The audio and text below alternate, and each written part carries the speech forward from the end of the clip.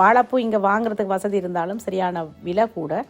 அதோடு இது ஒருவருடைய வீட்டில் இருந்து வந்ததால் தான் இன்னும் மகிழ்ச்சியாக நாங்கள் அந்த வாழைப்பூவை எடுத்துக்கொண்டு வந்து சமைச்சு சாப்பிட்டோம். பிஞ்சு பிஞ்சு வாழைக்காயும் இருந்தது. அதாவது வாழைப்பழமாக ஆகாமல் பிஞ்சு பருவத்தில் இருந்த அந்த வாழை பிஞ்சுகள்னு சொல்லலாம். அதையும் கொண்டு வந்து சும்மா ஏதாவது எங்களுக்கு தெரிந்த மாதிரி பொரித்து அதை சாப்பிட்டோம். அது ஒரு கொண்டாட்டமான நாளாகவே எனக்கு இருந்தது. அவரோட வீட்டில் அவரோட முத்தத்தில் அந்த வாழை மரத்தை வெட்டி அந்த வாழைக்காயை வெட்டி எங்களுக்கு கட்டி அதை பக்குவப்படுத்தி எங்களுக்கு தந்து நாங்கள் அதை வீட்டை கொண்டு வந்து சமைச்சு அதை அவர்களுக்கு வீடியோ எடுத்து போட்டு அந்த சுவையை பற்றி சொல்லி, இதுதான் எங்களுடைய புலம்பெயர் நாட்டில் இருக்கிற மகிழ்ச்சி.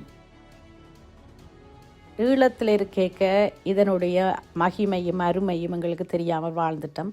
புலம்பெயர் நாட்டில் வந்திருக்கும் பொழுது தான் தாயை பிரிந்த குழந்தைகள் போல எங்களுடைய நிலத்தில் இருக்கிற காய்கனிகளை எல்லாம் பற்றி அறிந்து அதை சுவைக்க ஆசைப்படுறோம். ஆனால் முடியலை.